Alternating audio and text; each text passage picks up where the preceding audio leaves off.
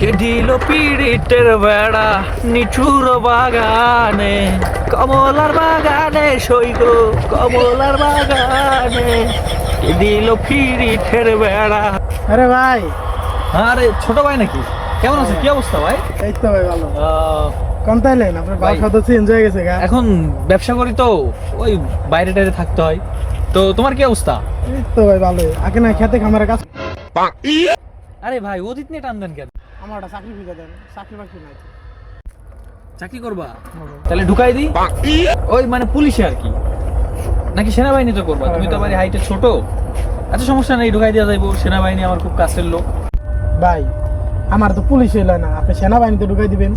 আচ্ছা দাঁড়াও, আমি একটু ফোন দিই, আমার মিটিং থেকে ফোন আসছে। হ্যালো, হ্যাঁ ডাবলু সাহেব, হ্যাঁ আমার গাড়িটা নিয়ে আসেন তো।